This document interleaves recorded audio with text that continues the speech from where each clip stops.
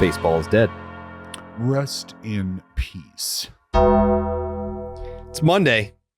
You know what that means? That means Joseph's here. Hey-o. That means the 2021 MLB Re-Draft, which this is probably the first exercise that we've done where there's some future and I guess current elements to it. Very excited about that. We have some news, I guess, to talk about. Like, things did happen. Like, in fairness, we're not just pulling everything out of our ass in this episode. Some things did happen. We'll talk about it. But I am very excited for that 2021 MLB Redraft. But first and foremost, Joseph, we're kind of like planning a little bit of a spring training trip here and sprung it on you earlier today. Like, hey, like, do you want to come? Like, have you done spring training before? Have you had a spring training experience? No, never been. Never been to spring training. Nope, not even close. No, but the Braves are in Florida. Yeah. Yep. Yep. Yeah. That's all right.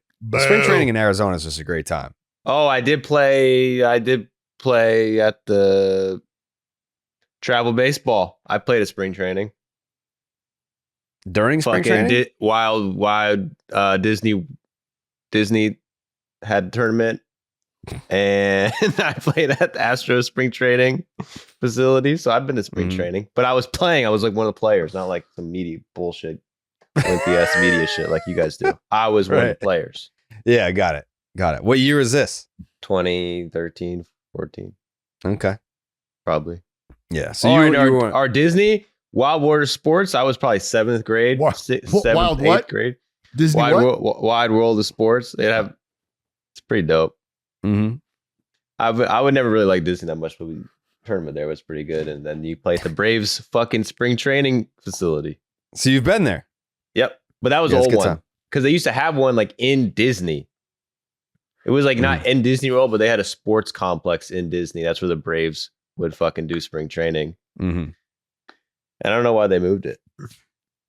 I don't know either. But it was cute. They had like Chipper Jones, Mickey Mouse jerseys. Chipper Jones is becoming quite the Twitter user. I think, like, for better or for worse, I will preface it by that. For better or for worse, like, Chipper Jones is probably, I would say Bryce Harper has a stranglehold on the MLB TikTok market, but it's kind of between Brent Rooker and Chipper Jones for the top baseball Twitter user. Oh, imagine if Trevor Bauer heard you say that. He's more, I would say he's more of like the YouTube guy. Like, it's Bauer for YouTube. It's Harper for TikTok. I think it's between Chipper and Rooker for Twitter. Instagram, it's got to be Poppy. He's always going live doing God knows what. He'll go to like breakfast and like go live. I feel like he's definitely the Instagram guy. Or maybe Shohei Ohtani's the Instagram guy. Shohei Ohtani, but he doesn't post enough. He's not active enough. No. I mean, just because you have a following and the presence doesn't mean you're like actively engaging. Those are two very different things. Yeah, Poppy's going live 5 times a day, and he has 2 accounts, so he's giving you all the angles. He's got like an American account and a Dominican account. Obviously, I'm bigger on the Dominican account, but I would give him Instagram. And Willie Mo Pena had a MySpace. I remember that back in the day, and it was really him. Wow, yeah, he was really him. I got to give Chipper credit. I mean, he's had a few kind of bumps in the road. You know, he's kind of run into a few Twitter big fish. Mm-hmm. But I think all in all, do you think like you kind of like put him on? Gain. Do you think that you were the springboard for him? Yeah, I mean, I would say, you know, we've always talked about the BID bump. Yeah. I think it's probably just another example of that. Just kind of like my individual version of the BID bump. Could I do a devil's advocate? Sure. And maybe, please. I'm not saying it's not true. I'm just saying maybe Chipper has been on Twitter since day one, dude. This guy was always tweeting out dumb shit.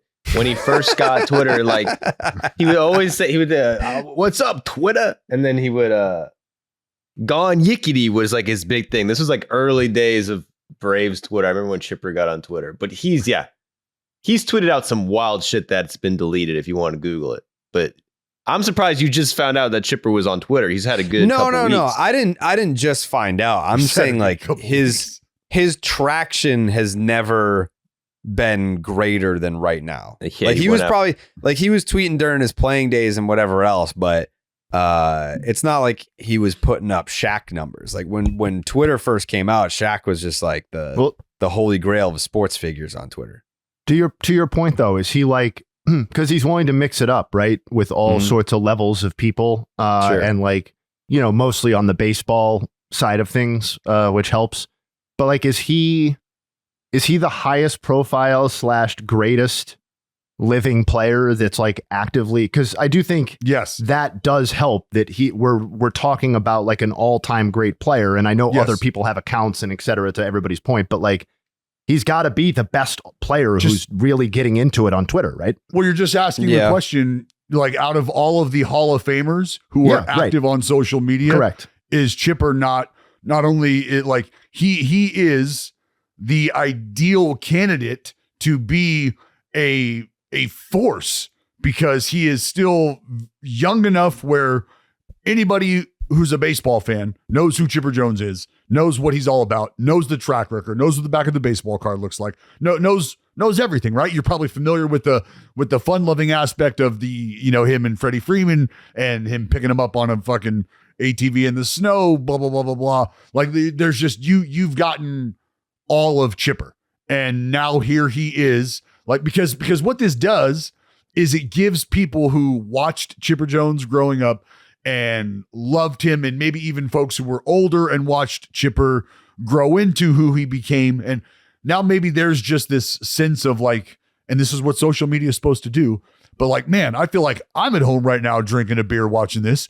Chipper's probably at home right now drinking a beer watching this, and he's sounding off on some shit. So it's kind of like you get to sidle up next to your favorite Hall of Famer and hear what he's got to say, where like your whole experience with that, watching him play, was cut up in sound bites and some very, you know, coached responses to things. Well, now you're getting the unfiltered, the unadulterated, true opinions in real time, maybe even some of them a little flowery. And like, people love that. People fucking love that. That's why people love the NBA Tonight Show, right? Like because like what you're not getting for the most part is basketball. And then when you do get basketball, you're getting it from great perspectives, Hall of Fame perspectives. I mean, and everywhere in between that matters. There's substance in the moment. They also know how to have a good time, whether it's contrived or not. We don't need to get into that, but you understand the value of entertainment. And that's what Chipper and his presence and his cachet really is. It's the perfect combination of somebody to be vocal, somebody you wouldn't mind hearing it from, and he don't give a fuck. No, he don't. Who else is like someone that kind of fits that caliber of player, like young enough, talented enough, where, I mean, I just realized Chipper has 1 million followers, which is hard to do on Twitter. Yeah. Like Twitter is probably the most difficult platform to grow on. Out of all the social media platforms. So to hit 1 million, that's a pretty big deal.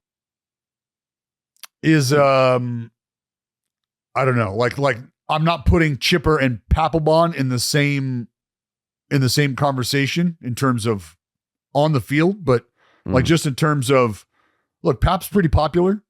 Oh, Pap. He's polarizing. Yeah, I mean, well, that's what I mean. That's a good comparison. When Papelbon got on Twitter, people were like, "This is not him." Like, it took people like 2 weeks to realize like this is not a fake account. No, this is really Jonathan Papelbon. Yeah, Papto, and I think I asked him off the record. Like we did the alt cast twice, and I think the second one that we did, it was a commercial break, and I was like, how many of those tweets are you? Like, how many of those are like, you know, you have someone that's tweeting for you, and then how many are actually you? He's like, no, that's all me, man. Yeah. Those are all me. I was like, what? I was like, there's no way those are like, you send every tweet that goes out. Nope. He's like, that's all me. Because there was like there was a point during the season, he just went after the Yankees for like no reason. He just started like talking shit about the players and the team and the fans. I was like, This feels like you've got a guy that knows how to like play the hits. But that just like the reason it's him. The reason that you're like, you know what, I want to watch this is because if somebody, and I don't know this for a fact, but it just makes it feel like if someone was like, Pap, man, you got to shut this. You can't. He'd be like, all right, man, peace out. Fuck all y'all. I'm going back home to, where's he from? Mississippi? Mississippi. Yeah. See you later. And he could just give a shit. Like he would be unaffected by it. No, he feels uncancelable at this point. Yeah. Like he wouldn't care. It's like, what are you going to do? Cancel me? I still have my Twitter. Like, what are you going to do? Like suspend my account? You can't do that. That's why I'm always surprised when I turn on the Red Sox and he's like doing the post game. I'm like, kind of like, damn, this doesn't seem like a job they'd give to Papelbon. I'm glad he has it. He's hilarious. So God bless Tom Caron, who keeps him in line for like the post game. And having him on, Jim Rice also keeps him on the straight and narrow. Like when they do like rain delays together, they'll just have like Jim Ed and Pap Hour. But the year after I did the Red Sox Fan Fest, where I was up there with John Henry being like, hey, do you still care about the Red Sox at all? And they were getting booed off the stage. The next year, they were like, why don't we let Papelbon get hammered and give him a live microphone instead as the replacement for the town hall event? And they did that. That's how damaging you were. That was a better alternative. They didn't air it. The footage, I asked for the footage, never received it. So I'm sure that was a hell of a night. And then he comes lubed up for, doing the broadcast too. Like he'll just let it rip. Like I forget. I think it was like Brian Baya was pitching and he just absolutely let him have it. And it's like, it's a live broadcast and it's stuff that obviously Dave O'Brien's not going to say anything like that. And like Middlebrooks and Euclid, like the former player analysts that they have, they're not gonna hammer guys, but Pap will just be on there saying what he means. And I'm like, you know what? Now I kind of do believe that these tweets are you, because you're saying the same shit on live TV. So why wouldn't he tweet it? I don't know. I'm telling you, man, there's just dudes that you like just like when you think about this, and I love that we're on a Pap tangent here, but like, did I ever show you the book that he gave me when we first started working together? I think you did. Yes. Yes. I have it right here. But the idea that if you run into Pap, if you meet Pap and you just spend time around him, like the idea that dude is seeking out somebody to help like steer his social media and like, this is the tone I'd really like to take. Like Pap don't give a fuck. This is what he gave me before the first broadcast that we did together. It's called How to Live with a Huge Penis. Advice, meditations, and wisdom from men who have too much. And that's the first time we met. Just walked in the green room together to talk a little ball, how we were going to handle the first ever Red Sox alternate broadcast. Yeah, he's ready to talk ball. and he's like, here you go, brother. He's like, a little gift from me to you. Yeah. That's Pap. Anyways, speaking of big events, the big game is this weekend. Yeah, right. This weekend. Sure it is. Yep. The best app for using your big game party is on your phone. That's right. You and all your friends could be feasting on Underdog together this Sunday. Ride together on stats like passing yards, first TDs, interceptions, and so much more. If you or your friends haven't joined Underdog yet, I would say now's the time. Because A, you got the big game on Sunday. And B, if you follow Milky on Twitter, today's Truck Day. Woo! Truck Day. Baseball's right around the corner. Oh, yeah. So whoever signs up today using the promo code Jared, that's Jared, will get up to $1,000 in bonus cash when you make your first deposit. That's promo code Jared. I specifically told Milky, no Truck Day. We don't unless the Red Sox sign Alex Bregman, which is not happening. We're not celebrating Truck Day. He's going to Detroit. I don't think he's going to Detroit either. I don't think he's going to Detroit. I don't think he's going to Houston. I don't think he's going to... Do you know where I think he's going? You take the year off. Hopefully the major leagues. I think he's playing Major League Baseball. Yeah. Where do you think he's going, Dallas? I mean, dude, Dallas thinks he's going to the Tigers because he's the biggest Ben Verlander honk, and Ben tweets that, "Oh, today's a great day for the Tigers to sign Alex Bregman." He tweets it every fucking day. So Dallas in his subconscious is like, man, if Ben Verlander thinks he's going to the Tigers, get your man. If Ben Verlander thinks he's going to the Tigers, then Dallas thinks he's going to the Tigers. Like, have an original thought, dude. Have an original thought. So let me skip Dallas's opinion here. Jay, hey, where do you think Alex Bregman's going to sign? You know, I'm starting with. I'm going to say your information, your little nuggets there, kind of are influencing me, and I'm starting to wonder if the answer isn't the Blue Jays. Ooh. I don't think so either. Is it just? So well, who's left, man? You keep saying he's not going to sign with all of these teams, and they're the teams that are listed as interested in him. So who's left? Joe, tell him who's left. I mean, I wouldn't take out the Tigers still, even though. Didn't we just dismiss them? You think so? Like, I mean, I don't know. Maybe it's wishful thinking, but I would love to see the Tigers. What about the Nationals? No. Could be their Jason Too Worth far deal. away, Jay. They're too far away. They're too far away, and there's nothing about him being there. That the look. What about legacy? Dodgers. The Cubs. Yeah, baby, here we go. Yeah, that's like I'm smelling the air, and the fit fits for me. I'm not going to guarantee it.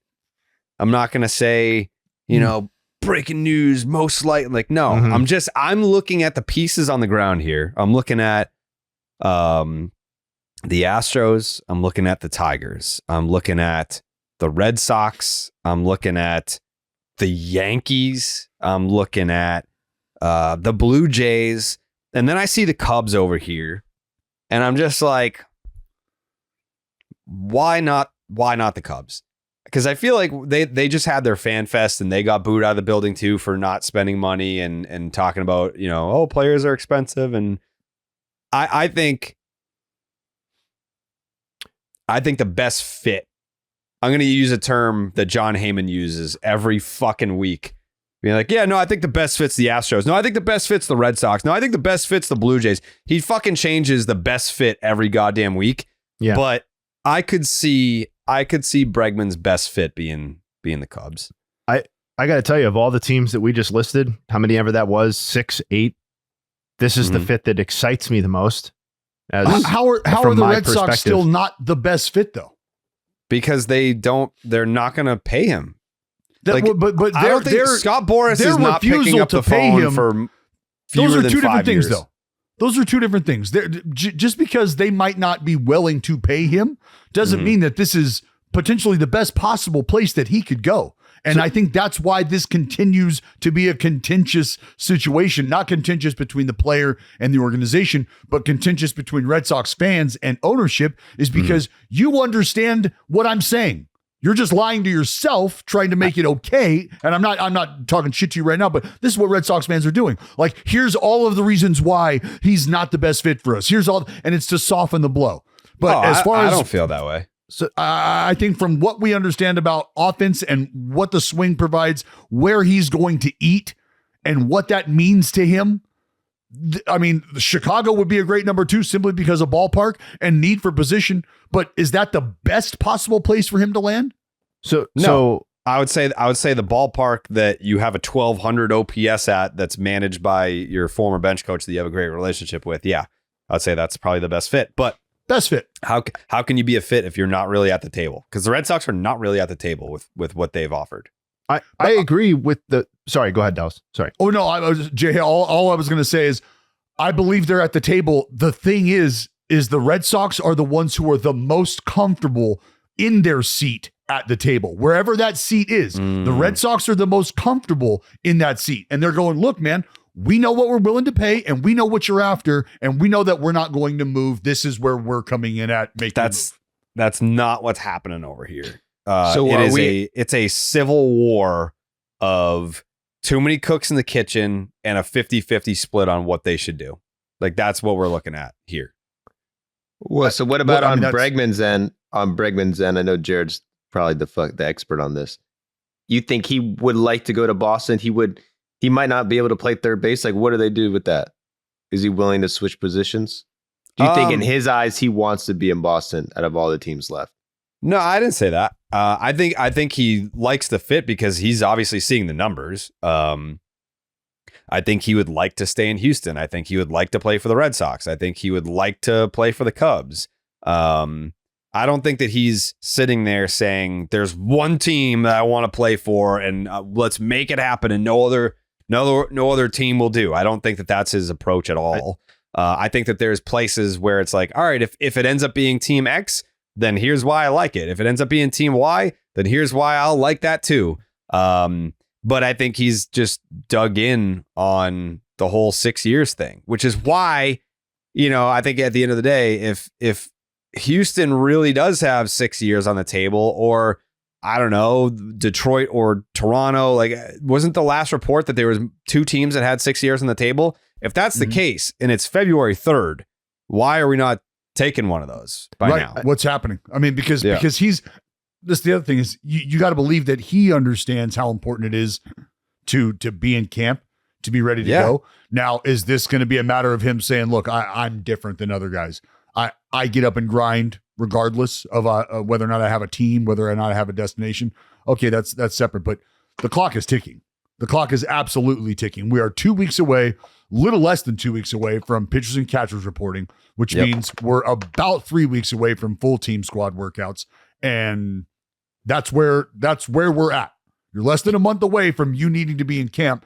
And this is where it's sort of a tough situation, because if you do have 3 different places that all represent a certain degree of comfort, ultimately it's a matter of what concession you're willing to make. Because if you have these offers on the table, where are you okay with taking the haircut? If the haircut exists, right?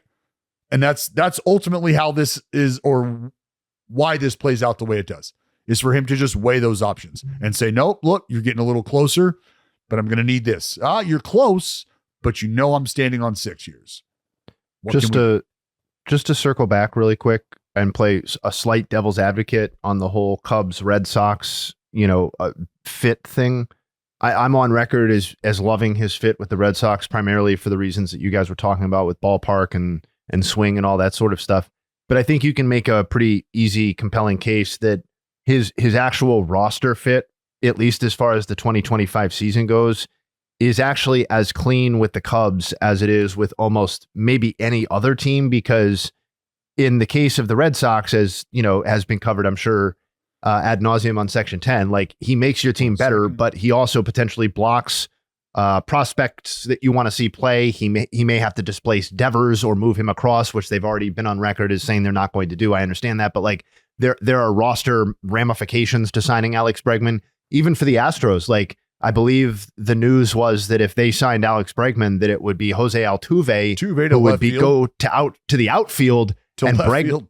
Right. And so you have like multiple players in theory playing somewhat out of position. On the Cubs, he slots in, and this I think is true to some extent with the Blue Jays and Tigers too, but on the Cubs, he slots in directly at third base, presumably. He is playing over Matt Shaw, who is, not being dismissive of him, he's a top 25, top whatever prospect, but he just goes to play third base on a team that could use some surety there. And like, whether that makes it in the best fit or like it's not as good of a ballpark fit as Fenway, I get all that. But just from a pure roster 2025 slot him in sort of situation, the Cubs are, to Jared's original point about what he's feeling with the vibes, it does feel like a really nice, clean fit in the short term. However, I mean, I'm not going to act like I'm an expert on Matt Shaw, but just literally just looking at his page, he looks like a pretty legit prospect.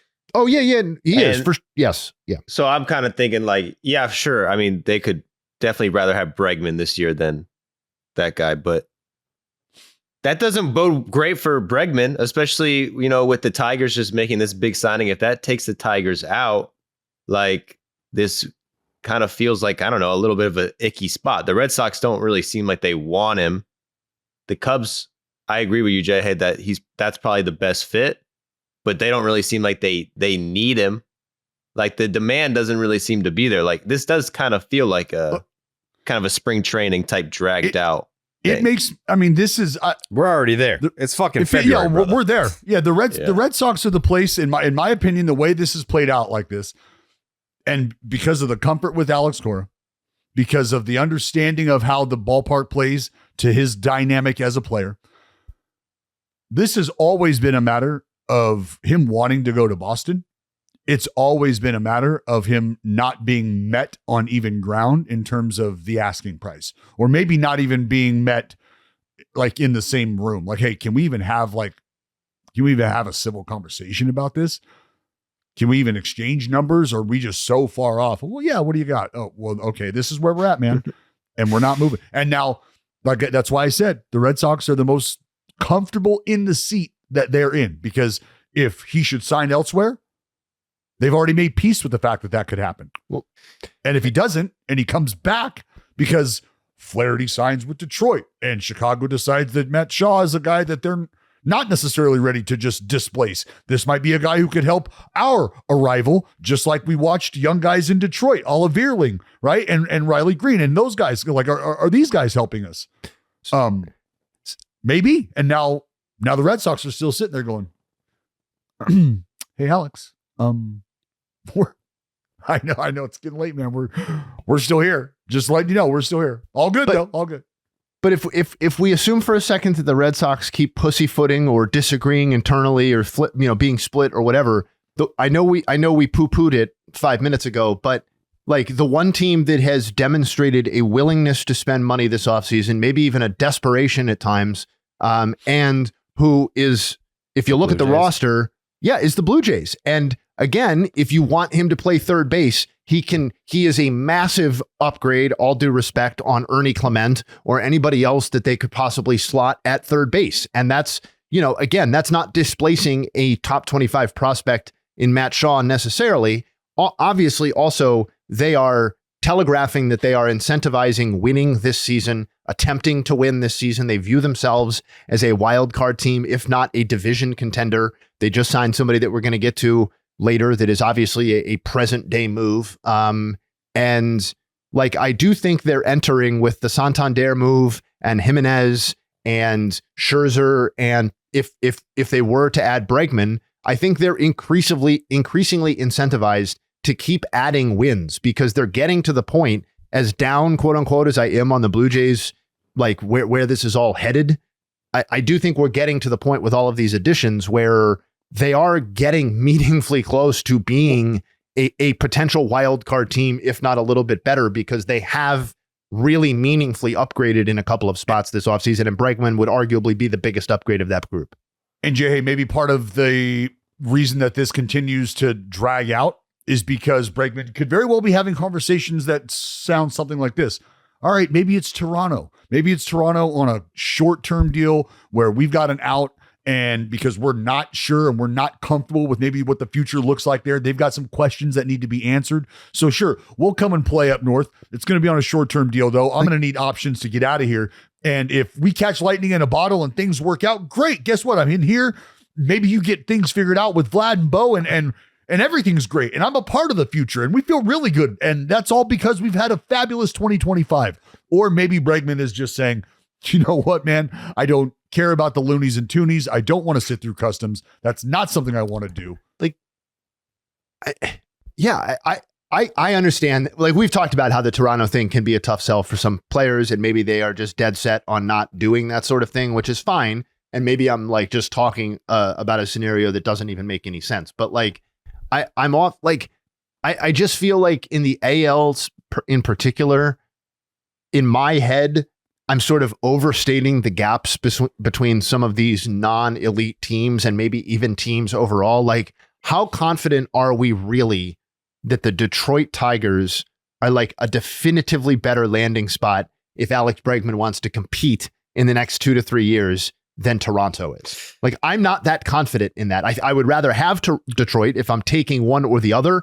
But like, I would just say my only thing was is is there a clearer or is there an easier path? Is there more of a path for the Tigers to a division title than there is no question. for the Blue Jays? And that right there is why, because, and that's why I said Bregman is the player who can very easily create that tilt, right? Are we a Bregman away? And the Tigers could very well be just an Alex Bregman away when you consider what they've got looking like, what their rotation looks like, right? They need some help in the bullpen, but good Lord.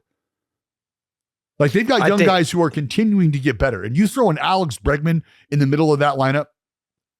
That's why AJ Hinch is like, come on, Breggy. Come on, bro.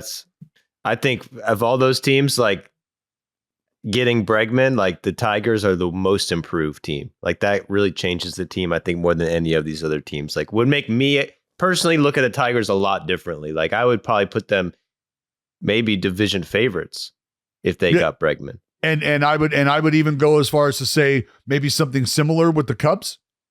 That's even with how we feel about Shaw, right? Let's just taking Shaw and putting him over here for a minute and putting Bregman in there. Like are the Cubs a Bregman away from winning that division? Does it make you feel like they're a little closer to winning that division? Definitely. But I guess in my head, I rank the Cubs a little higher than the Tigers right now. So sure, Joe. That's why for me, the Tigers is the bigger addition for them. Yes, that's why I feel that way as well. I mean, I'll go a step further. Like not only do I think the Cubs might be the division favorites right now, I think they are an Alex. You're saying the Tigers are an Alex Bregman away from being like exciting or whatever, and I can't disagree. Or would have the biggest leap.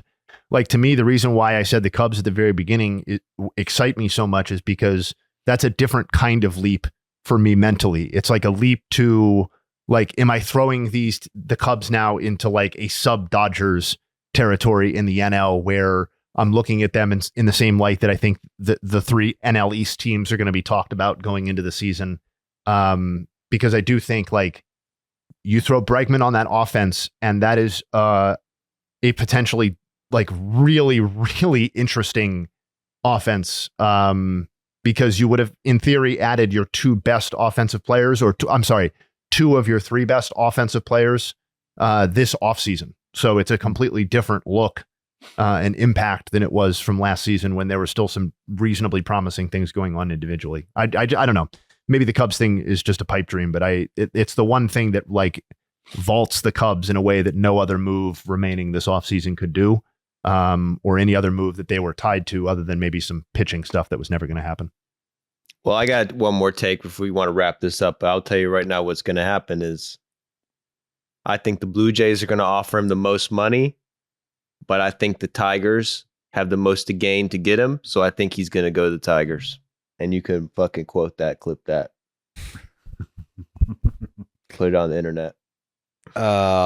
Speaking of the Tigers, Joe, they did spend some money. They spent a little bit of money.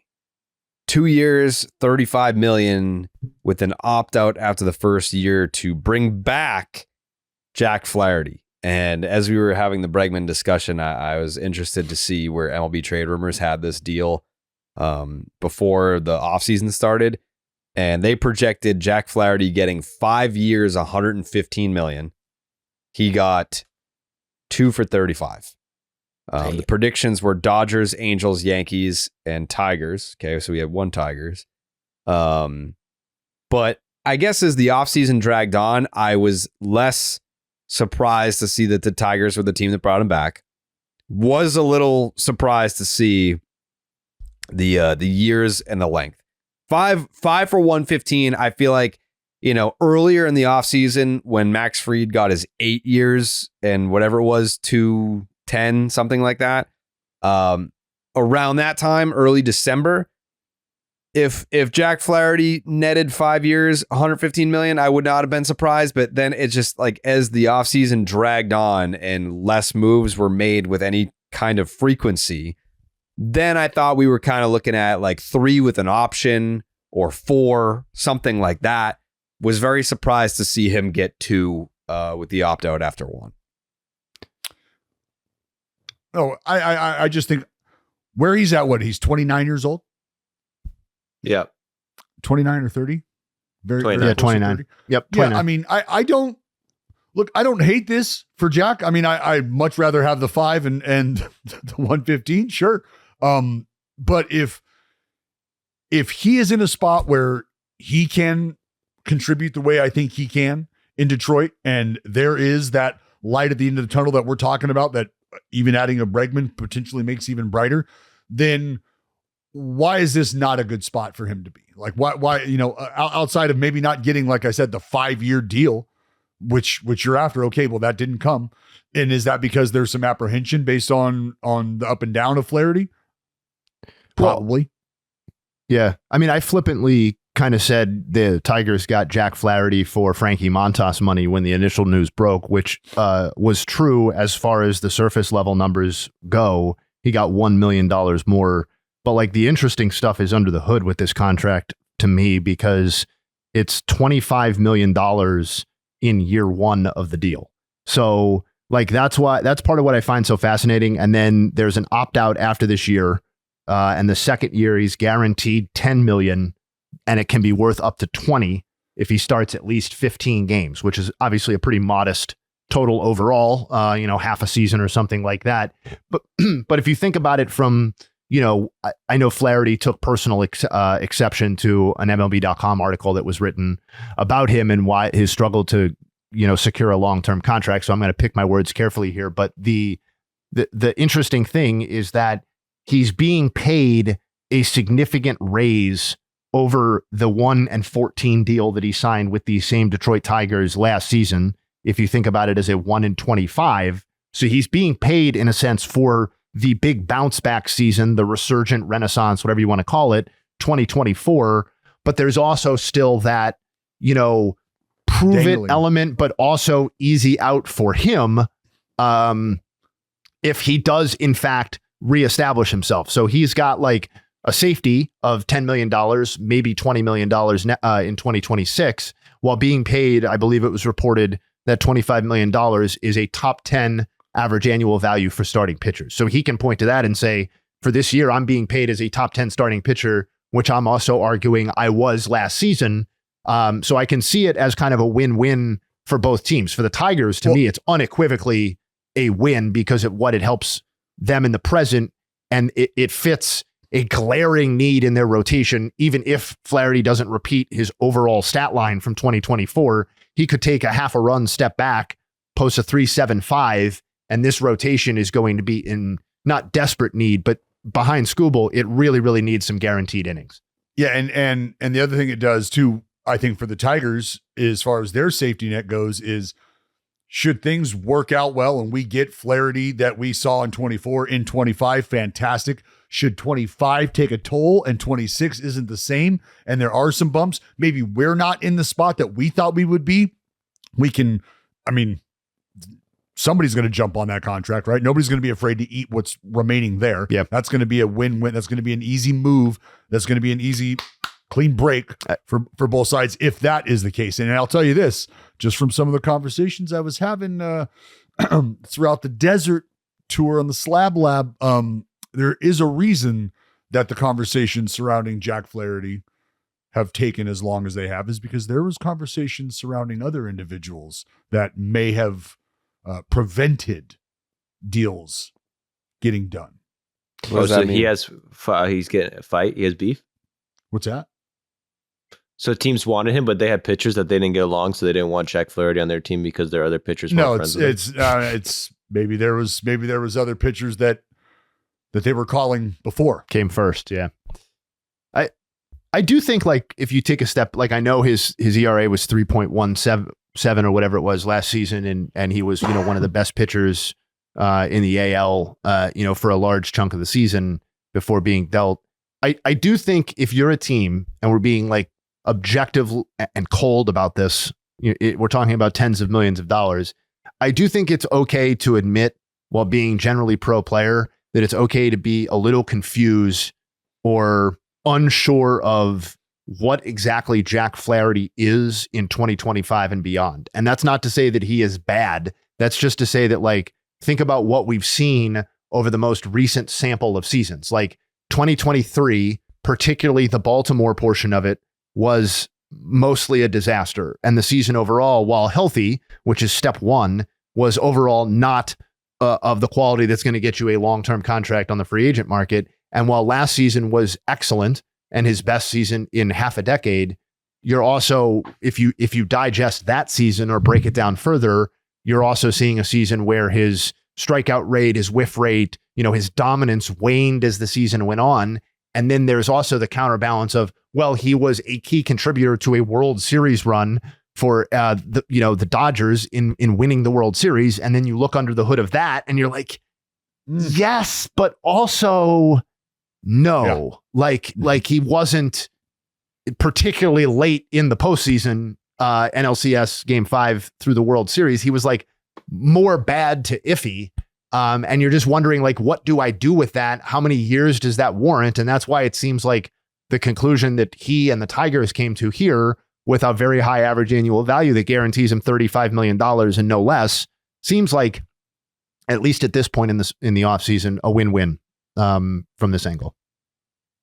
And certainly gives him another bite at the apple if he shoves again this season. And he's not so old. He's not old. So he'll be coming off of his age 29 season, as we said, going into free agency again. You can get paid at that point on a 5 or 6 year deal.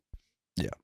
I think it's a long shot that we see the 2019 version of Jack Flaherty at this point. It's been over half a decade since we saw that guy. The 4th place finish for Cy Young, led the league in WHIP and hits per 9.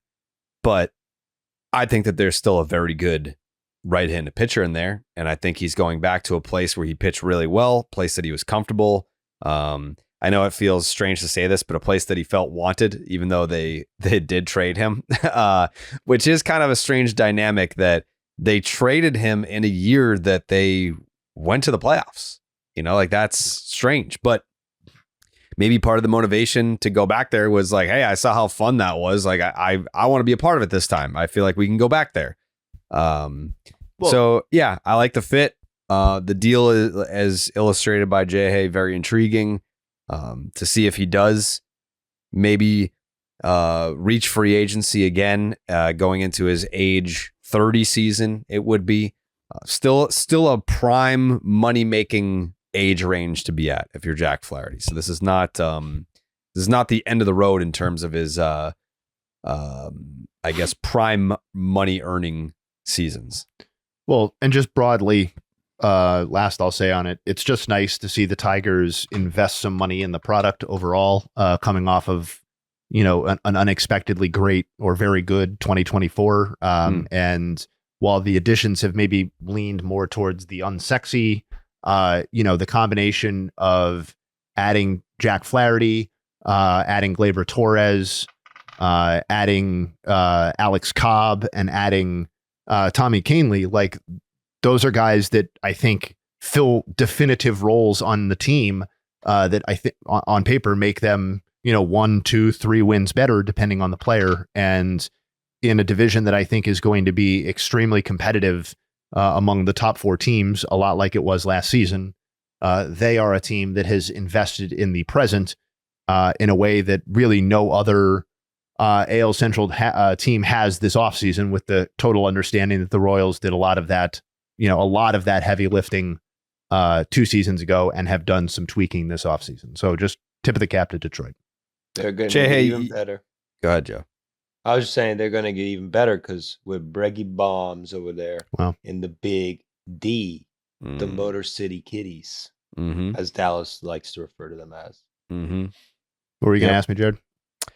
You mentioned something being unsexy. Yeah, maybe. Well, there's nothing sexier than Dallas Braden since he started using Hims. True enough. Yeah, because men, if you've lost your hair, it doesn't mean you can't find it again. Try Hims Hair Loss Solutions and you'll be joining hundreds of thousands of subscribers who found their hair again. Hims provides you with convenient and quality access to a range of hair loss treatments that work, all from the comfort of your couch. Hims makes treating hair loss simple with doctor-trusted options and clinically proven ingredients like finasteride and minoxidil. that regrow hair and as And it little tastes as good too. Yep, as little as 3 to 6 months. Choose from personalized chewable oral spray and serum treatments to find what works best for you. The process is simple and 100% online. There's no uncomfortable doctor visits. Answer a few questions, and a medical provider will determine if the treatment is right for you. If prescribed, your treatment is sent directly to you for free. No insurance is needed, and one low price covers everything from treatments to ongoing care. Hims has hundreds of thousands of trusted subscribers, and they can help you get your confidence back with visibly thicker and fuller hair. Start your free online visit today at hims.com/BID. That's HIMS.com/BID for your personalized hair loss treatment options. hims.com/BID. Jared, I don't want to speak for Dallas. I'm hesitant to, but I will.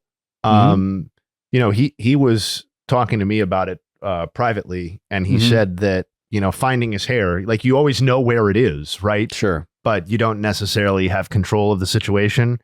Right. He said it was a lot like when he would lose his changeup. You know what I mean? Oh, and would kind of yeah. have to find the grip again. And he said that the For Hims experience has been a lot like when he would find that changeup and really dominate again. Right, Dallas? No Is doubt. that true? Well, Jay, to take it a step further, it's actually going to be like, not only did I find that change of grip again, but buddy, did I find a new grip? Did I find a new grip? Because boys, let me tell you, we are you on the comeback trail? He might be throwing like a little bit of like a 23 days before from throwing the splinker. Oh, buddy. Yeah. Yeah. Your boy DB is going to go to bed fucking somewhere between 84 to 87, little arm side run. I'm going to wake up 96 to Chundo 2s. Yeah. Wow. With movement. Oh, fuck. The movement. Is that going to happen before spring training? Yeah. Yes. Yes. Yes. Oh, God.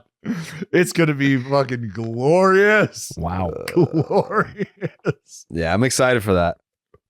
Should do a whole video on that. Yeah. I might join you. What does that mean? I mean, I've always wanted to have longer, more luscious locks. Wow. Look at you guys. Flowing. You never know. Hashtag flow. You never know. We mentioned this team quite a bit, the Toronto Blue Jays. They have signed future first ballot Hall of Famer Max Scherzer.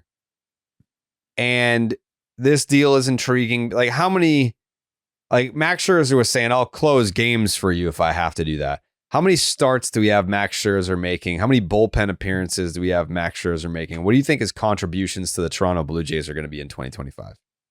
I already know. Do you want me to? Sorry, I know. Tell me. I already know what's going to happen with Max Scherzer. Max Scherzer is going to have a nice little comeback. And, for the first 2 months of the season, we're going to see him with the ERA in the 3s. We're going to say, ooh, Max Scherzer's looking good, but it's going to be a little shaky with the peripherals or whatever, right? But he's having a great comeback year and the deal's great, going to be great. But then right after the All-Star break around them, that's when he gets the fucking tweaked back is sore. Scherzer's battling back. He's running fucking laps around the stadium. Guy's running 25 miles a day. He works so fucking hard. He wants to get back out there. And that's when he comes in as the fucking reliever closer, maybe for a playoff run. We'll see. But that's how I see it going down with Max. $1 million. Okay. I think he starts as a starter, but I do like that. For some reason, to me, Scherzer as a reliever clicks. Like, I mean, he's done it in the playoffs a couple times, maybe, but for some reason, I really just feel that he is a reliever at this point. I mean, at this point, he's willing to do whatever he needs to do. And I don't know if that mentality is a warrior mentality. I think that mentality is probably served best in October, meaning this is when I'm willing to do everything and anything and everything. I think the Toronto Blue Jays would really love to hear that he wants to make 25 starts at least. That's what they would love to hear. I don't know how realistic that is.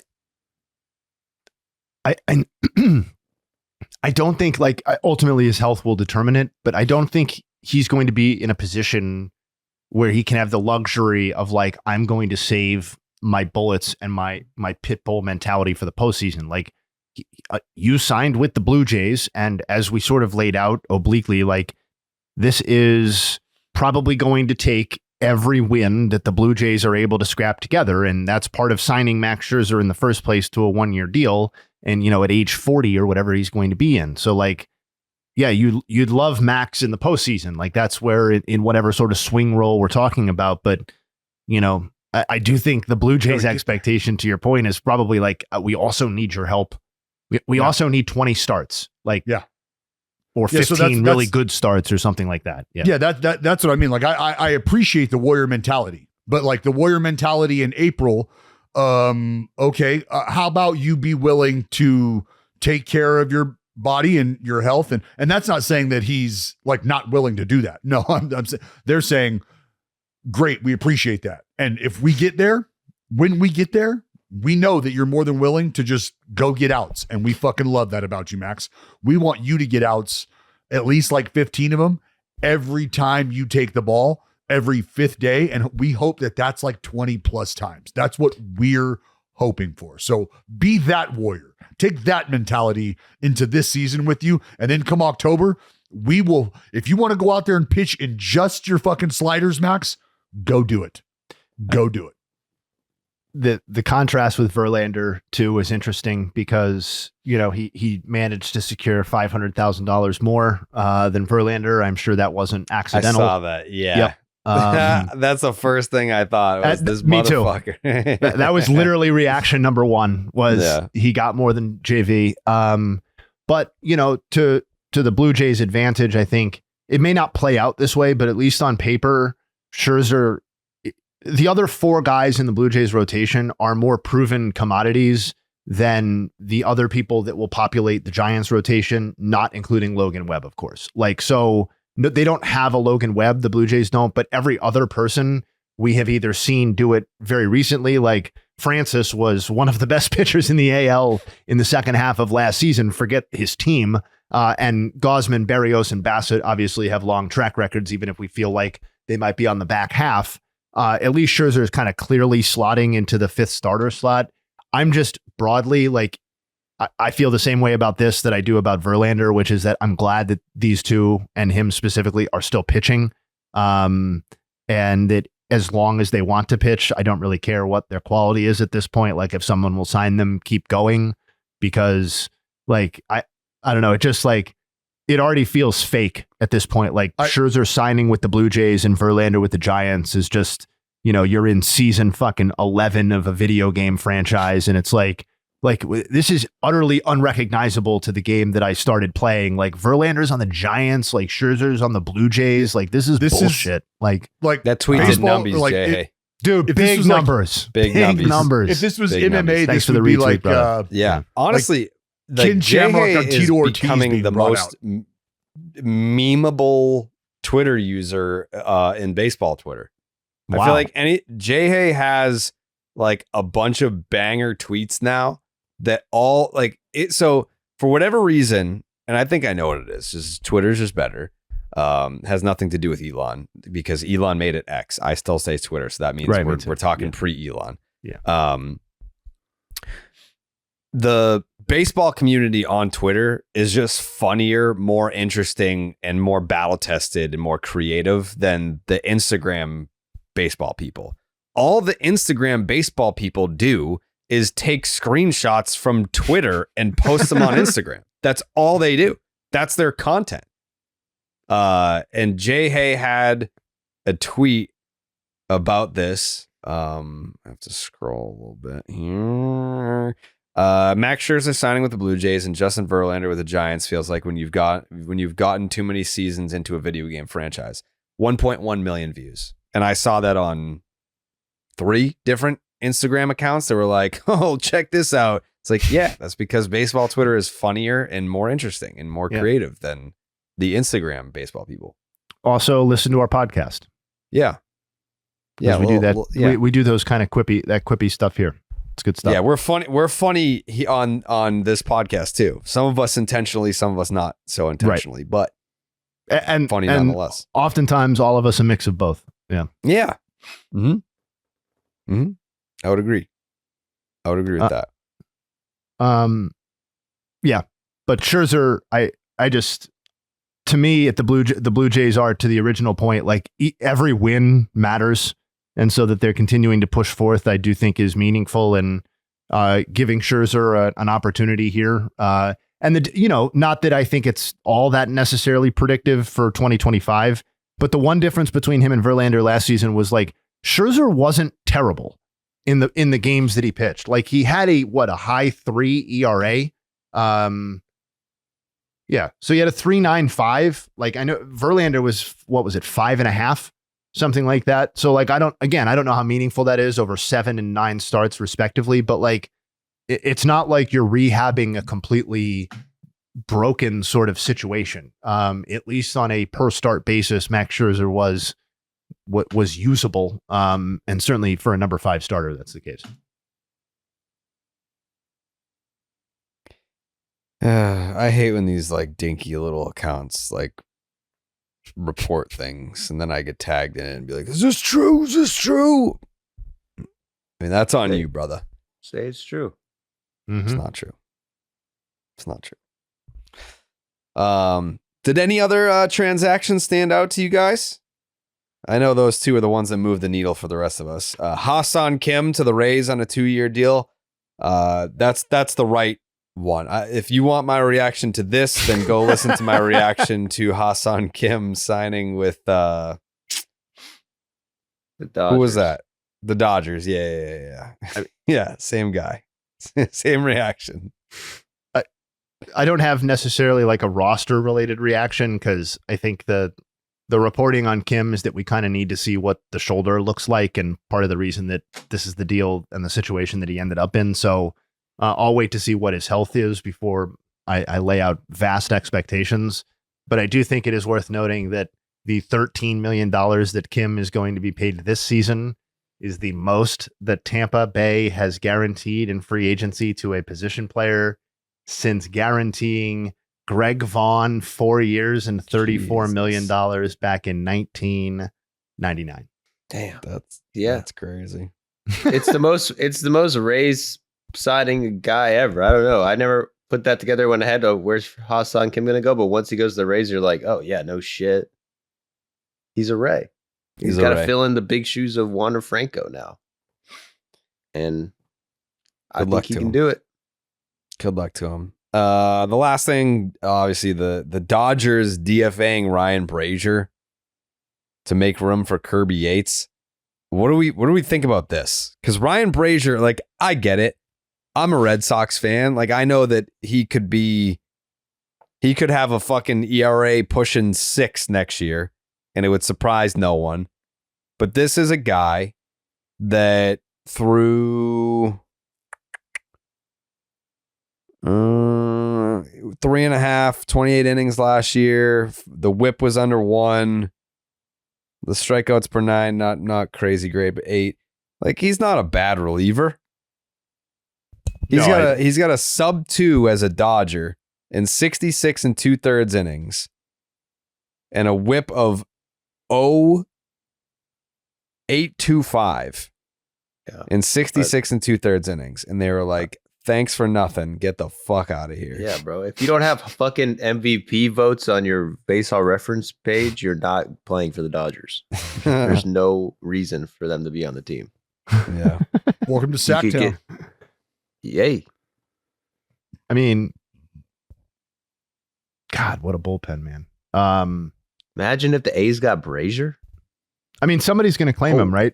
Or they'll, like, it was reported that they failed to find a trade, but that doesn't necessarily mean that they are, that path is completely closed off at this point. There may be a lower stakes trade that they're able to execute or something like that now that the designation has happened. But, he's under contract.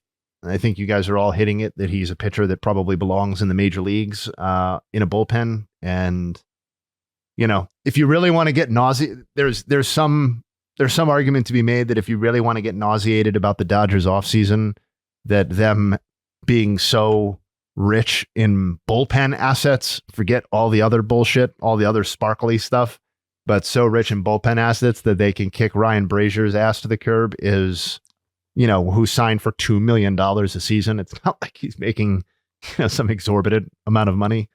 Is kind of crazy. Dude, the Dodgers shit. Like when they signed Kirby Yates and everyone was just like, oh, here we go again.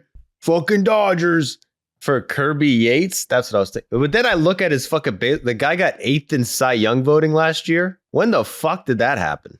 He had like a 1-1, right? Yeah. I guess I just been not checking my internet. Well, I mean, I just didn't know Kirby Yates was like the best reliever of baseball last year. I had no idea.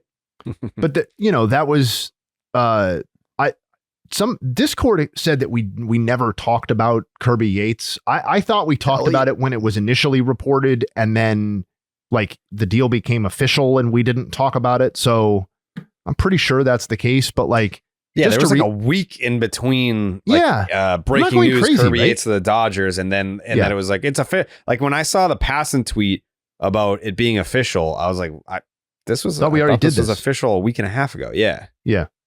No, I mean, like, to Joey's point about not realizing it happened, like, I know he's being funny, but in fairness, the 8th place Cy Young finish happened for a 78 win Rangers team, in his age 37 season over 61 2/3 innings. So like that you missed it is not necessarily crazy. And that he coming off of that career level performance, having never won a World Series, wants to compete for the Dodgers. Like that's the pushback on, oh, they did it again. It's like, oh yeah, they did it again. But like, what was Kirby Yates not readily available to the other teams throughout the offseason? The terms of the deal, what was it? 1 in 13? Is that correct? Like, yeah, that's something that is in line with all of the other 1-year contracts for established veteran relievers that we saw. Like, they've either gotten, I think, what did Chapman get? Like 10.5 from the Red Sox. They've all gotten versions of that deal. And Kirby Yates was an all-star and finished 8th in the Cy Young and had a 1.17 ERA. So whether we think that's repeatable or not, he deserved to be paid a little bit more probably than those other guys who were not as good at similar ages. So he could have been, in theory, signed by any of these teams, and that he wanted to go play for the World Series favorite when he has a couple of seasons left on in his career at max, and probably felt like he was damn near out of the league as recently as 2 or 3 seasons ago, like, and has survived multiple serious arm injuries in his career. Like get off it, man. Like, yeah, Kirby Yates wants to go play for the Dodgers. Who cares? If another team wanted him, offer him $15 million. Right? Like, yeah. And even still, if I'm getting 13 from the Dodgers and maybe that's 15 from, like, I don't know, the Marlins, like, you're going to the fucking Dodgers. Sure. But yeah. Either way, I'm happy for him. I got to talk to him in San Diego in 2019. Very nice guy. He's from Hawaii, right? Hawaii. He is. Yeah, dude. Yeah, I remember he's got the tribal tats. I was like, oh, who's this guy with fucking tribal tats? Oh, he's from Hawaii. Yeah, he can do that. That place. The guy. I mean, it's his 2019 season. He was, I guess, the best reliever in baseball, led the league in saves, 9th in Cy Young voting, and then the next 3 years, he pitched 11 innings in 3 years. 11 innings in 3 fucking years. That's when and then he went to the Braves, didn't pitch, then pitched a little for the Braves, and then comes back from all that to have a 1.17 ERA last year at 37. It's pretty amazing. Good for him. I feel like for him. His story should be more about his redemption and his comeback, not he went to the Dodgers. Fuck him. He's had a great one of the best. Preach. Yes, one of the best redemption stories that we've seen in quite some time, at least from like a relief pitcher, because that is I don't want to say it's a finicky business being a reliever. Because look at Ryan Brazier. You can be a fucking good reliever and still be kicked to the curb, and you're not guaranteed a big league roster spot, especially once the calendar turns to February. So I think Brazier will land on his feet. But yeah, the Kirby Yates redemption story has been one of the cooler ones that we've seen in quite some time. But now it is time for the 2021 MLB Re-Draft. In case you didn't know, the voting order this time goes Joseph. Oh, I forgot to tell you guys. You asked about how the Royal Rumble was. Well, how we did it, we had 15 people participate in our Rumble pool. And there's 30 entrants in the Royal Rumble. So X amount of dollars gets you 2 numbers in each Royal Rumble. So we had, 1 through 30, rip it up, throw it in the baseball cap. And we randomized the draft order for that. I was picked number 15. I shit you not. Yes. We had 15 participants, randomized the order to pick out of the hat, and I picked at number 15. Can't make this shit up. That's not fair. It's not fair, but you know what? Today, for the 2021 MLB Redraft on the Baseball is Dead podcast, I am picking second. It's the first time I've picked above last in, I don't know, ever. I think I had third once and fourth every other time. I'm picking second today, brother. Jesus. I mean, this podcast would be considerably less meaty if we got rid of your therapy sessions at the start of the MLB redrafts. Listen, this is a big day for me picking second. I'm really excited about this redraft, maybe as excited as I've been since any one that we've done since we started, because I did more research for this one than I think I've done for any previous one. And I really think like there's eye of the beholder here, obviously, because it's only the 2021 draft. And like, even the people who have made the major leagues don't have extended track records at this point. And I just think it's kind of exciting to kind of argue about which of these guys track records or trajectories we like, when a lot of them are still on prospect lists and stuff like that, or, various levels of experience in the major league. So I'm pumped. I'm ready to go. Yeah. And I'm ready for the vote afterwards, because I think that opens it up to kind of a wide range of potential outcomes. Maybe not results, but outcomes potential. Speaking of the vote, Jay. Mm-hmm. I don't know if you saw this, Dallas, but the winner of the, what was it, 1991? Which one did we do last? It was no 92, I think. 92, 91 or 92. 91 was the Manny draft. 92 Manny draft was the one we just did. Okay, so 91. The winner of the last MLB redraft that we did was none other than our very own Joseph. That's right. Yeah, that's 2 in a row, motherfuckers, if you're keeping track. And that's 2 in a row that I finished second, by the way. My Scott Hatterberg trade landed me the second place finish, but ironically, it also handed Joe the victory. I was fine, because if I don't make the Scott Hatterberg trade, I probably finish third or fourth. So I make the Hatterberg deal to get to second, but it also put Joe in first. I helped us both. Everyone laughed at me when I said this is a mutually beneficial deal, but I was being dead ass, and it was. Dead ass. That's 2 in a row for me. And I just want to thank the Discord, really, because you should really thank me, because both times you finished first is because I traded you players that I would thank you. I'd thank all my opponents. And then ridiculous. I just will say, just to fucking, just put my dick on the table. Both times I was not getting called in from the phone, I won. That is true. So yeah, that is true. That's all that extra bragging. It's all that extra prep.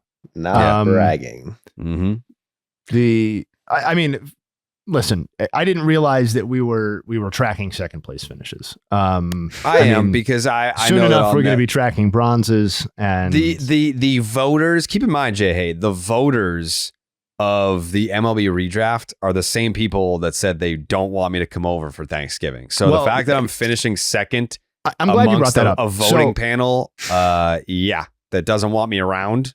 Pretty good.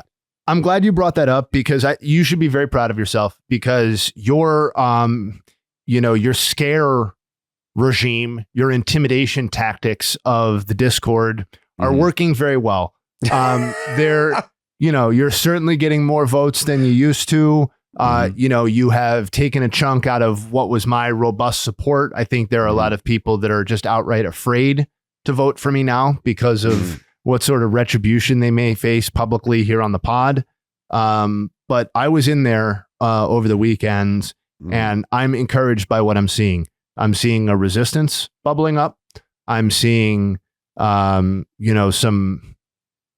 anger from the Jay Hay supporters that, this slander, this intentional, we're not going to vote for this guy because he won too much at the beginning and Jared didn't get to pick first ever. Come on, guys. He's given us virtual hand jobs for 2 months. We got to vote for him. Let's go. Those are not the messages.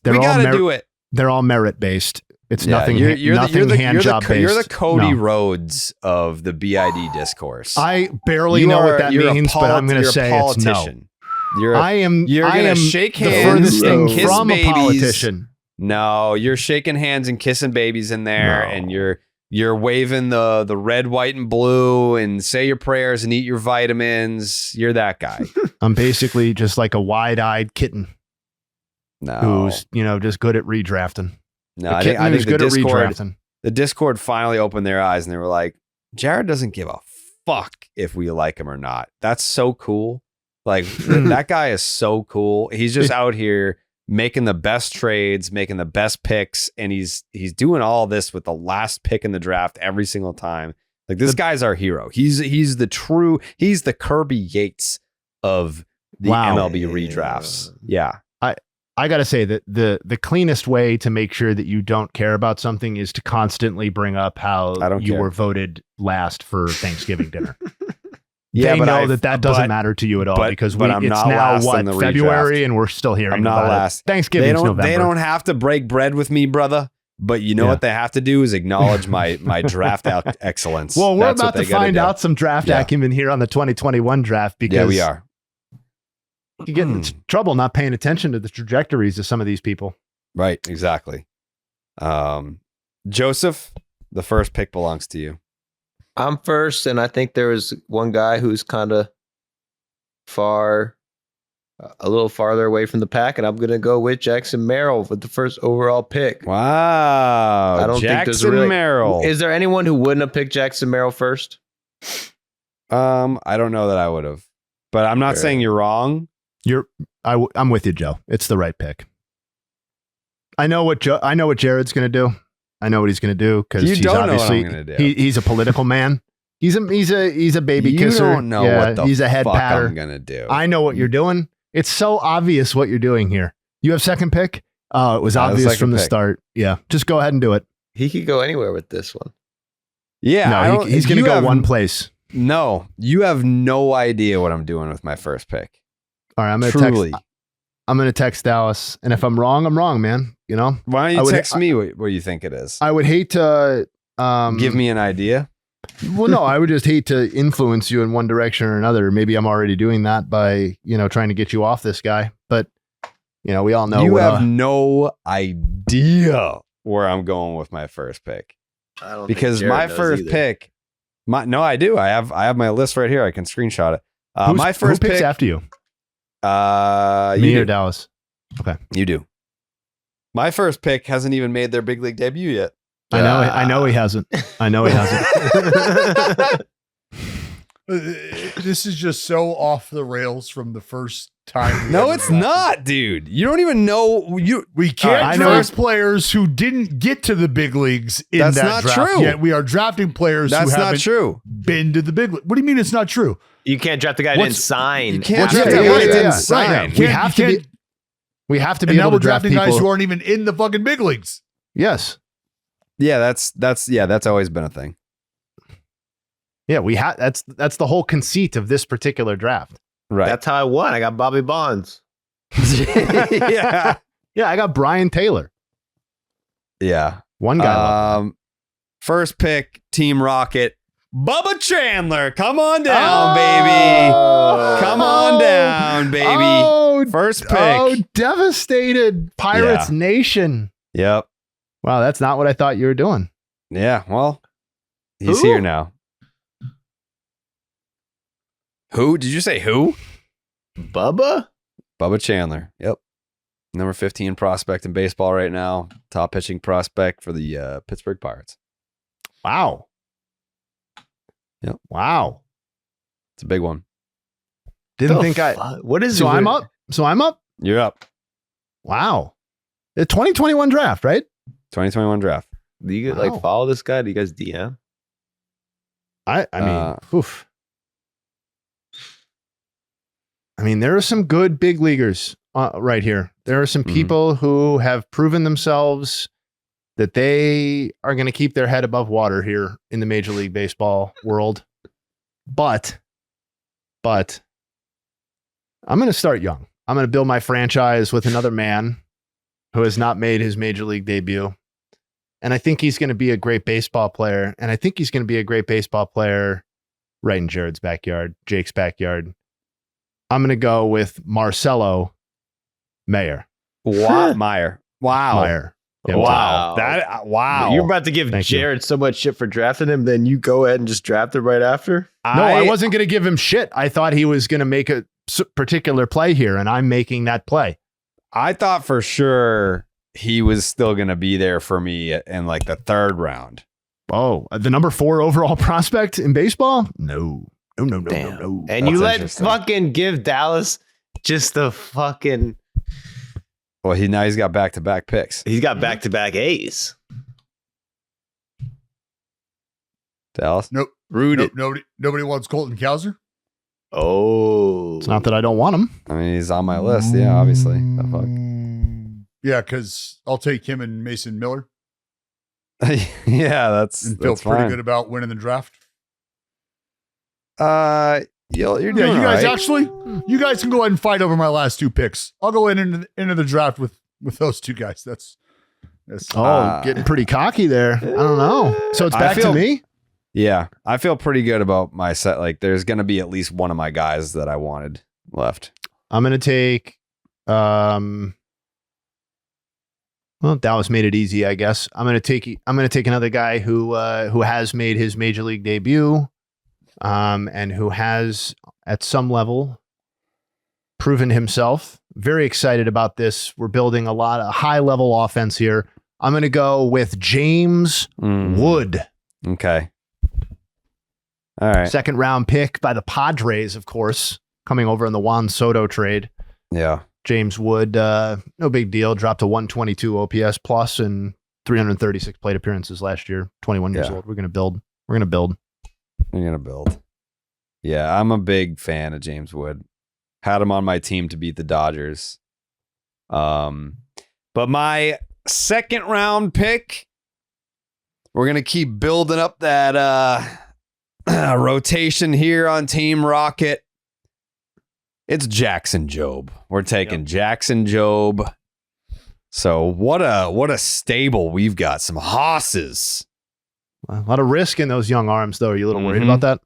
A little bit, but you know what? It's if you hit on one, then you're good as gold. Can I drop a little nug on Jackson Jobe? Please. He and Hunter Green are the only 2 prep right-handers to be taken with a top 5 pick in the last 8 MLB drafts. Wow. Yeah, that's how I reacted to. Joseph, your 2nd round pick. All right, so I got 2 picks. Yeah. I'm going to go. Let me just fuck around. Jesus Christ, this is actually a super hard pick. Yeah. This might be the hardest pick ever. Oh my gosh. Ever. No, I'm serious. I'm not. It is a hard pick. I mean, you got some options out here. Ever. Whoa. Ever. I'm going to go Tanner Bybee. Okay. I'm going to secure the bib. Yep. And I'm going to take a trip down to Mr. Spencer Schwellenbach. Okay. That's 2 starting pitchers. Those are good picks. Who would love to play for me? They would love you to play. You talk to them ahead of time. I think that's a violation. Yeah, I just can tell by their makeup, the way they carry themselves on and off the field. Wow. Yeah, I feel like I'm the type of leader that they would really appreciate and respect. That's cool. As with most people, but yeah, I respect you for sure. Thank you. All right, back to me. I would have loved James Wood here. Look at Dallas sitting there all confident after Mason Miller and Colton Cowser. Yeah, he's a little too cocky, though. As you know, trades happen as well. So that's true. The other Max Muncy is available in this draft. Wow. Be ashamed to miss on him. Could get picked at the end of the draft. You never know. Maybe right here. Maybe you're going to take him. No. I'm between two guys right now. I bet you are. Click that off. Woo.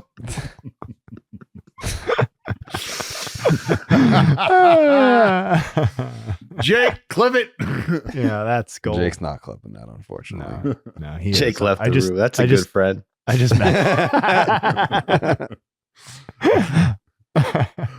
Yeah. I know what I'm doing. doing. I want to make this pick. I mean, fucking uncle. What the fuck are we doing? Shut up, dude. This kid's going to be eligible for the fucking draft if you don't hurry up. He's considering multiple guys. You got to understand.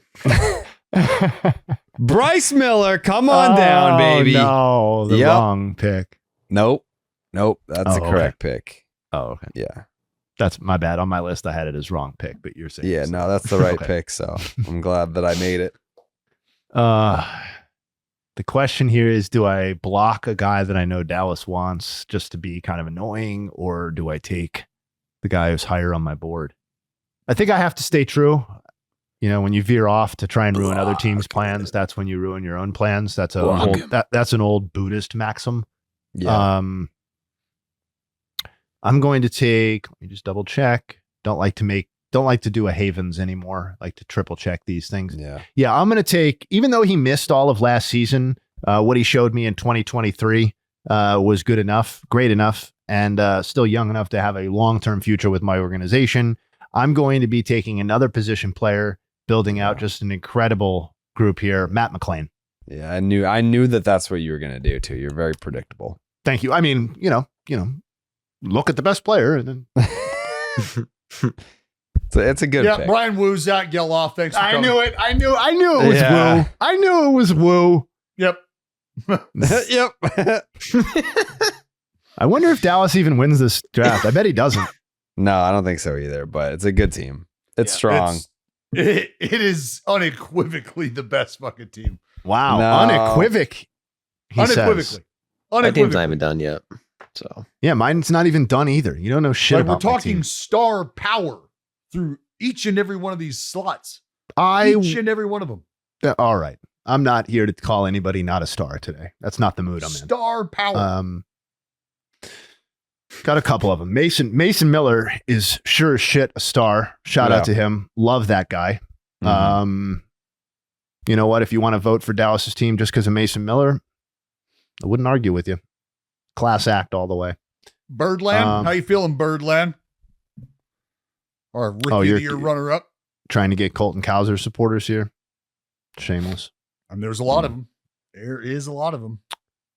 I think, I'm going to make a pick here. And Jake, if you wouldn't mind circling this timestamp for us and putting this in the old deep freeze. I'm going to make a pick here that's going to be callback worthy, I think, in a couple of months. When this young man is out here looking like the next Justin Verlander that we thought we might get 2 seasons ago.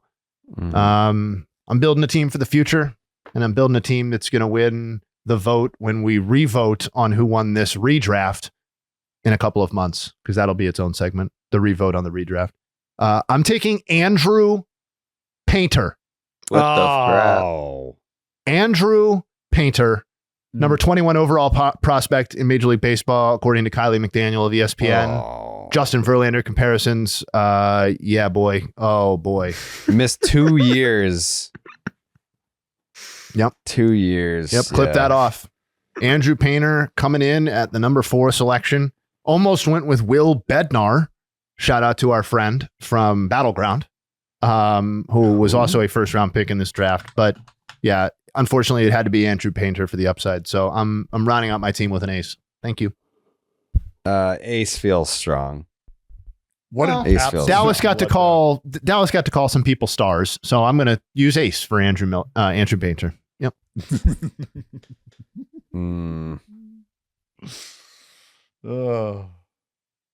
I mean, just legit all-stars, it's fine. Mm-hmm. Legit all-stars. We'll find out. Yeah. This is a tough pick. Yeah, you got Ben Rice. Kumar Rocker. You have Kumar Rocker was a Havens. No, he is. No, he's a Havens brother. I tried to trick you. 21. Because I was, if he wasn't a Havens, he'd be my pick. But I feel like he would have gone by now, maybe. Yeah, he is confirmed. Yep. Got the other. What about former guest Ben Kasparius?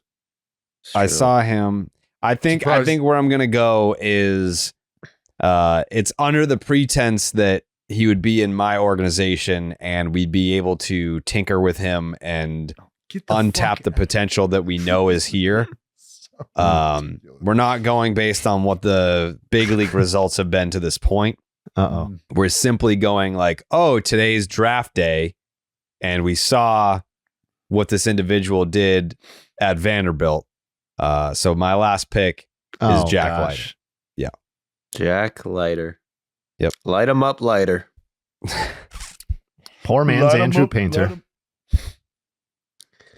Well, that just opens up my board so much that I'm really going to have to do a gut check pick. This is one that hurts because I hate so many guys that I love. Pause. But at the end of the day, it ain't too hard for me. It's going to be Sal Frelick with the last pick.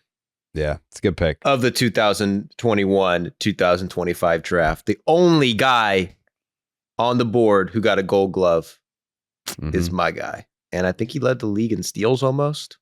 So, yeah. Pretty so we've good. got... Never mind, that's not Sal Frelick. That was his teammate.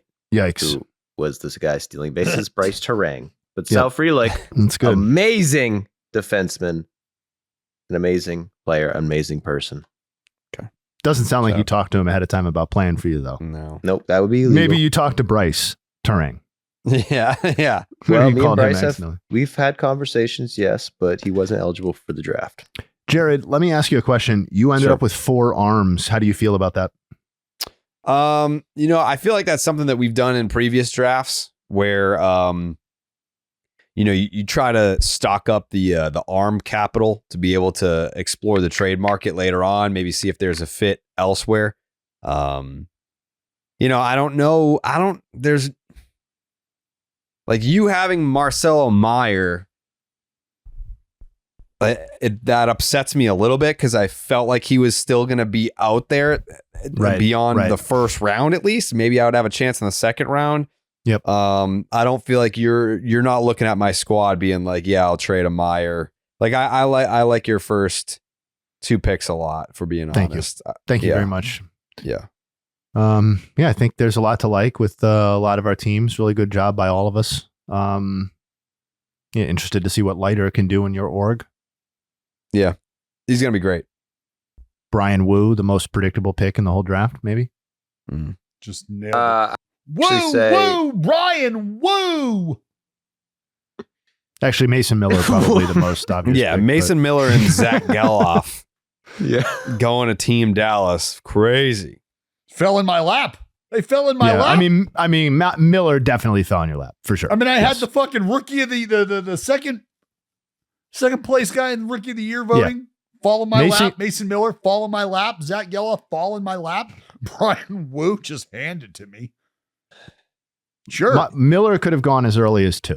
Yeah, you should have got Miller. Would have been a better pick. Yeah, but you guys you could have worked out a deal with Dallas. No, I'm not. I'm building around an up the middle shortstop with a robust fan base in our Discord. A robust fan base. Yeah. JA is going in there dropping all the fucking metrics for the boys. He's gonna do some fucking Scott Boris pitches in the Discord tonight. Hell yeah, baby!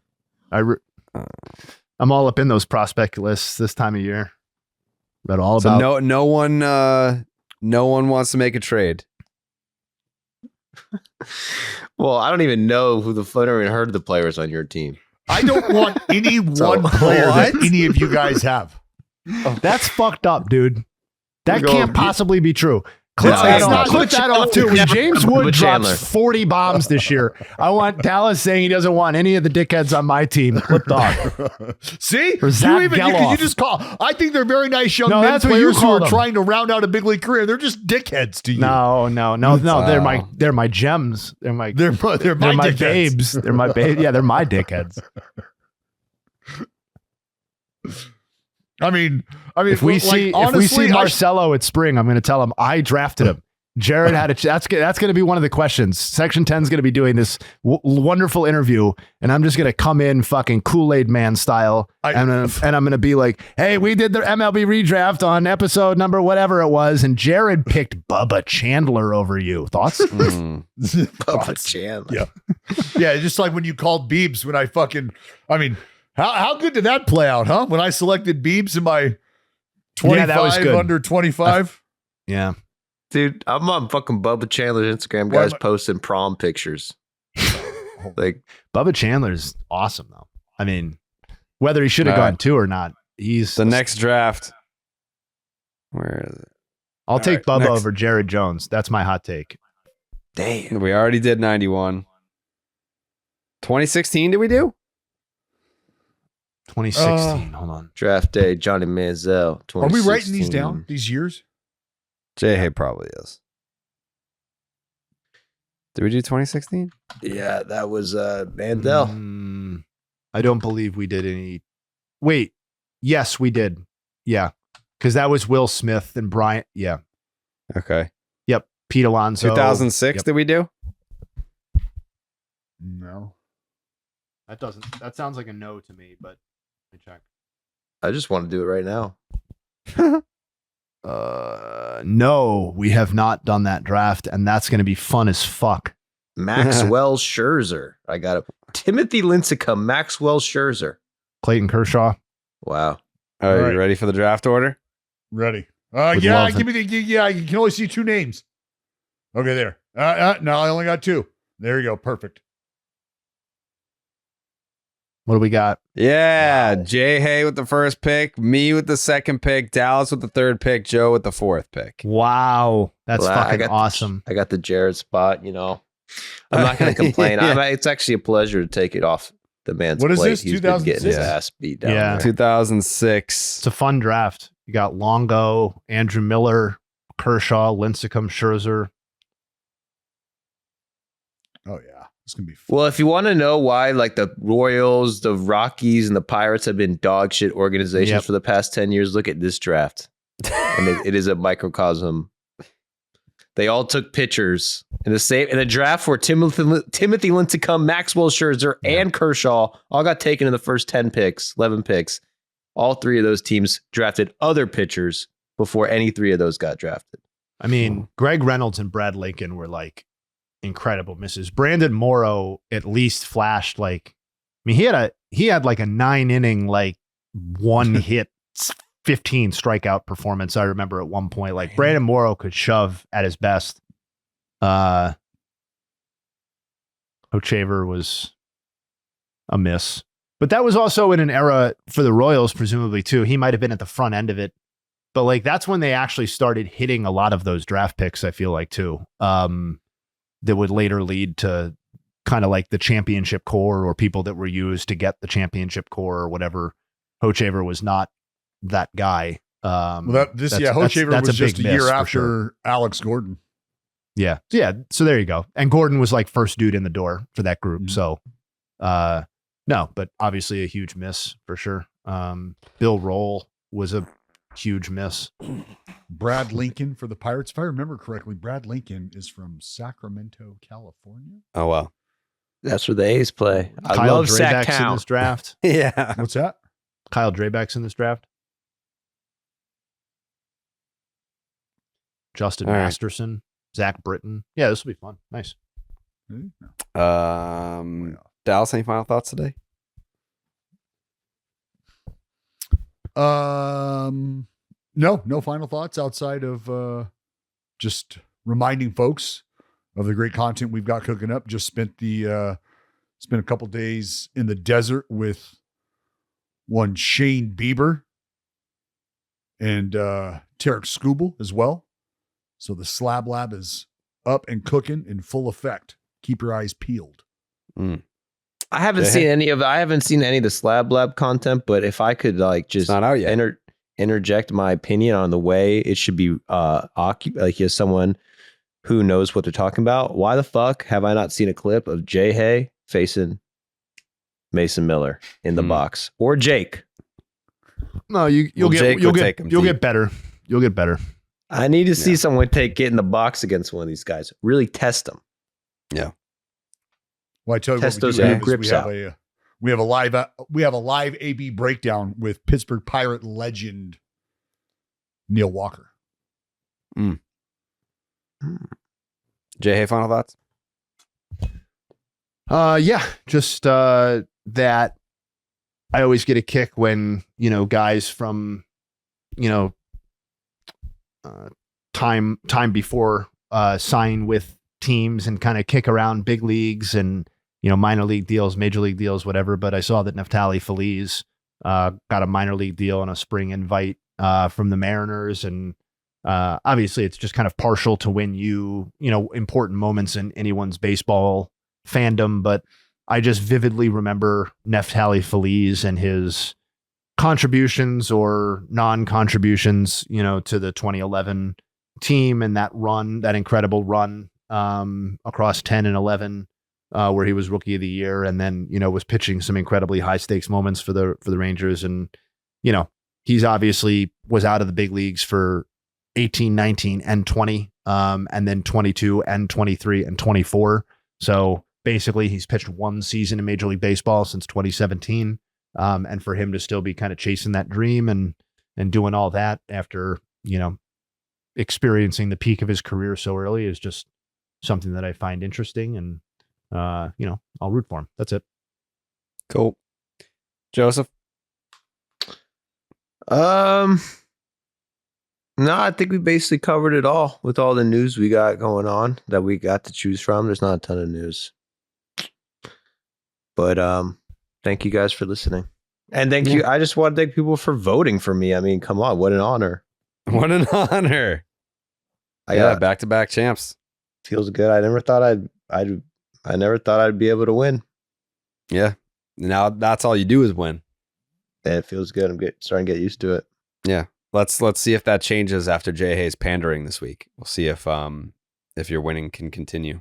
I'm gonna go out on a limb and say I win again, but that's just off the gut. I'm thinking I win. Like my team was pretty fucking brolic. I think Dallas has a real shot from the 4th spot. I mean, it could very well be the first 4-spot victory. Not that the Discord needs to make any magic happen. I feel like I did that alone. I feel like the Discord and I have we're settling into a relationship where we know what to expect from each other. We're not going to ask any more out of each other than we know we can deliver, and we're going to leave it at that.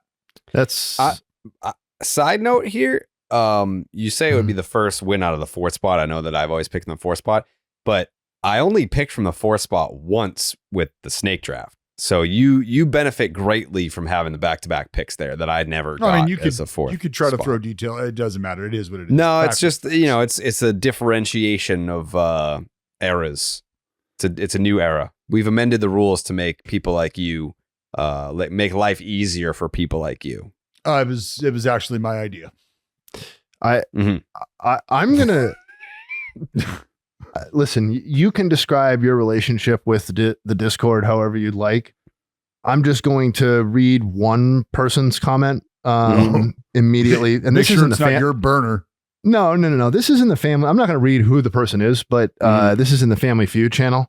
after your kind of slanderous, not both of yours really, but really Dallas's slanderous remarks about some of the answers in the last Family Feud, which you guys lost. You tried hard, but you lost. This person says, Dallas needs to STFU. We're under more pressure to get these answers in than he'd ever been in. We have like 45 seconds to complete this form. So telling you to shut the fuck up. That's what that's fucking Dan Reddit or whatever Discord, you piece of shit. You wouldn't last a fucking minute. You want to know what this is? Look, Joe, Jared, and Jake, you guys, what we're seeing happening right now. This is like, I don't know if you saw the fucking aerial shots from NASA over the little space of land here in LA with help, human trafficking, traffico, help, SOS. Like, they're fucking crying out for help. And that's what that is right there, is they're really, it's the Discord going, Dallas, shut the fuck up. /help us. Jay is an oppressive dick, and he's not giving us any freedom. We have no free will. We have a limited time to eat, to sleep. I can't even change my children on the off chance that I might get an alert for the Discord Family Feud questions. What kind of life is that for them to have to lead? Jay the oppressor is the one who has led them there. Nobody calls Taylor Swift an oppressor because her tickets to her concerts go very, very quickly. And when Jake drops that link in there, it goes quickly. And that's because people want the BID. They want in the Discord. How many of you are getting paychecks from Jay at the end of your year? I just $250,000 bonuses. $250,000 bonus checks from Jay to the Discord. I will, you call it complicated. I just think the Discord might not like you. And you might need to slap a little bit more respect on them than shouting them out every time you fail at Family Feud, dude. Listen, are you hearing this, Discord? I hope you are. You are, of course, because you guys listen to every episode, because you guys are just the best fans on the planet. Best fans on planet Earth, podcast fans or otherwise. You better be fucking listening, you jokers. You want me to fuck around and drop the Family Feud on you right now, huh? I don't know if there's a rumor going around that Jay actually dropped a Family Feud survey on Christmas night. We're trying to break up families with the Family Feud link. That's exactly what's at Ramadan. Fuck it. You better get your fucking questions in. Don't care. Yeah. It's like that meme where it's the wife and husband or boyfriend and girlfriend in bed, and she's like, he's thinking about another woman and he's rolled over. He's answering Family Feud questions for BID. Like that's probably what we're doing, given when Jake and I typically drop Not it. we. Whoa. Well, Jake's in on it at the very least. Jake's in on it. Wow. Jake's just following orders from his dictator.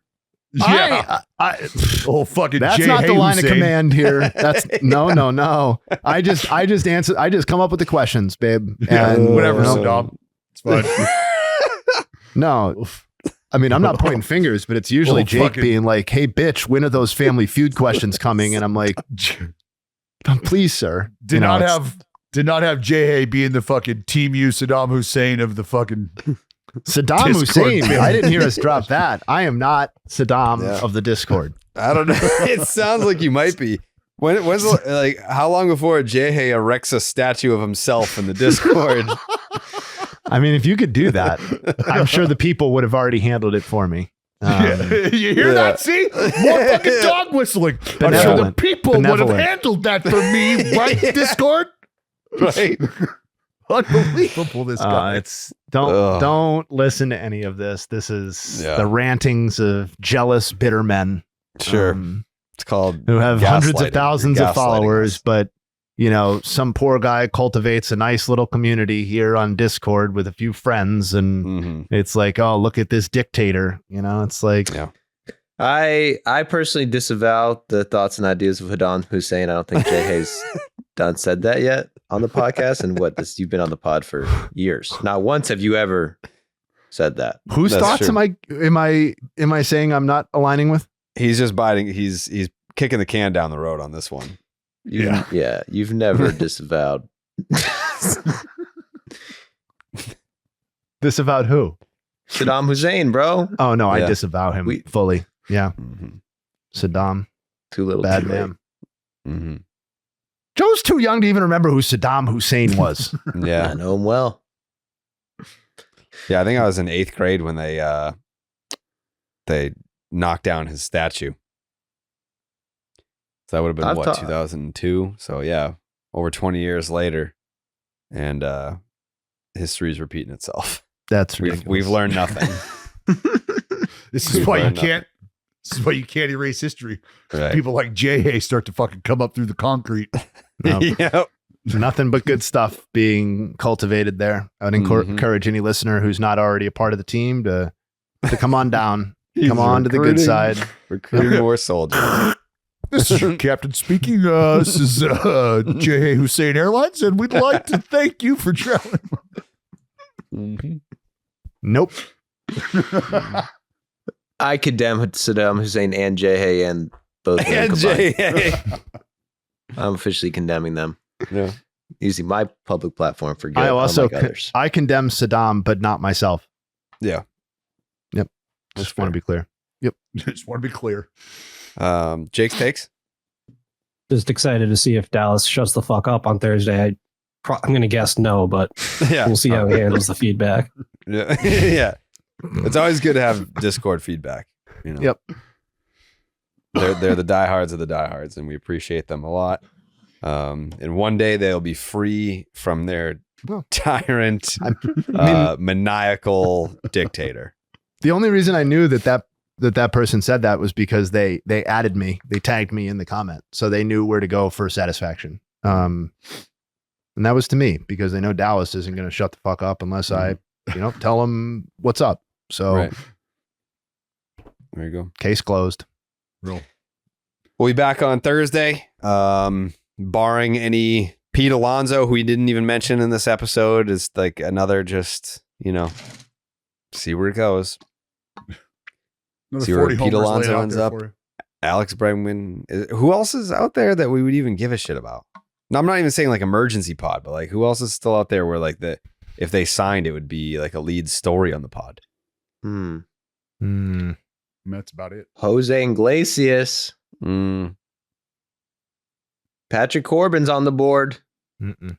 Can I interest you? Kenley Jensen would be a nice little pickup for a team. Yeah. The Baitonator. I mean, maybe. A Nolan Arenado trade, but in terms of free agents, man, I don't know if we might be mostly done except for the two that you already named. Yeah. All right. We'll be back on Thursday. We'll see you guys then. We gone.